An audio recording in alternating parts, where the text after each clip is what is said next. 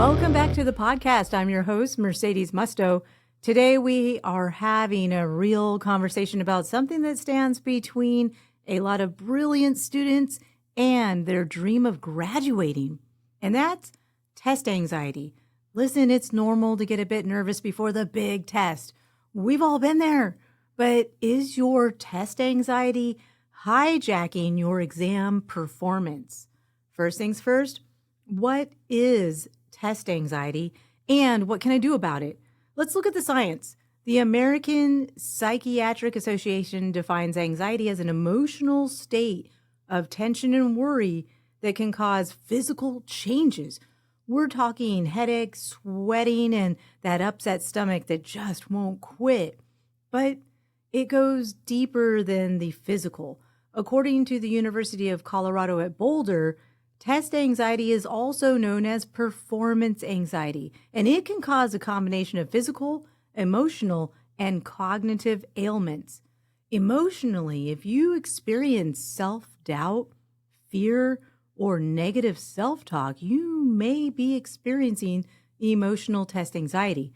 Cognitively, you might struggle with difficulty concentrating, sleeplessness, or just an overwhelming feeling of stress. And where does this come from? It's often triggered by previous test experiences like fear of failure or, get this, perfectionism. This performance anxiety manifests differently from individual to individual, but overall, if you're experiencing it, it creates additional unnecessary challenges for you when it comes to taking the Florida Civic Literacy exam. If you can relate, then keep listening. I've pulled together 5 helpful tips to help you overcome your test anxiety. Tip number 1, prepare and study. Let's be real. Cramming for a test is not effective studying. Real studying involves collecting the right resources, taking a self-assessment of what you know and what you need to work on, and then developing a plan to improve. When you prioritize preparation, the anxiety has less room to grow because you develop confidence. Tip number 2, develop a plan. That's right. Develop a plan. What does that even look like? Well, you could take out a calendar right now, plan on a testing date, then commit to studying 3 or more times a week, whatever's right for you.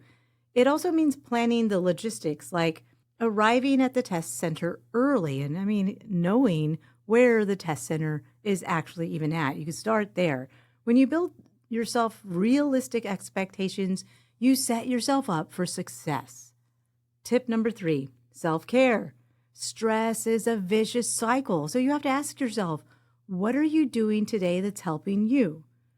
Again, ask yourself, how much sleep do I need to be at my best? Am I a morning tester or an afternoon tester?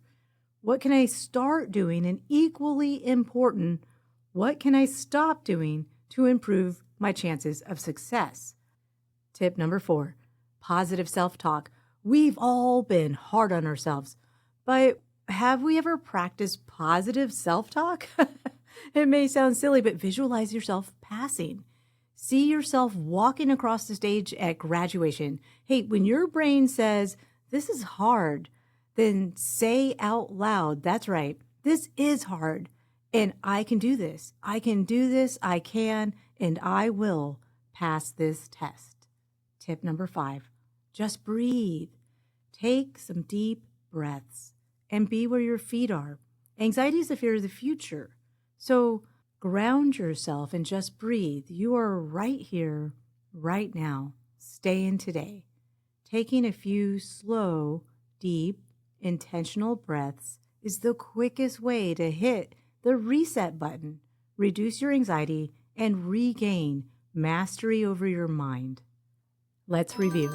When you experience test anxiety or even a little bit of pre-test jitters, just remember these 5 tips to help you move through the anxiety. Tip number 1, study. Be prepared because this is important. And when something's important, it becomes a priority. Make studying a priority so you can pass the test. Tip number 2, have a plan. Commit to a testing date and develop a study plan. You are going to graduate. Do the next right thing, make a commitment, develop a plan, and stick to it. Tip number 3, take care of yourself. This is always good advice, but preparing for and taking a high-stakes exam can be so exhausting. Get something good to eat, get a good night's sleep, and practice self-care. Tip number 4, positive self-talk. We've all been hard on ourselves, but have you ever really practiced positive self-talk? It may sound silly, but visualize yourself passing, and when your brain says, "This is hard," let yourself say out loud, "That's right, this is hard, and I can do hard things." Tip number 5, just breathe.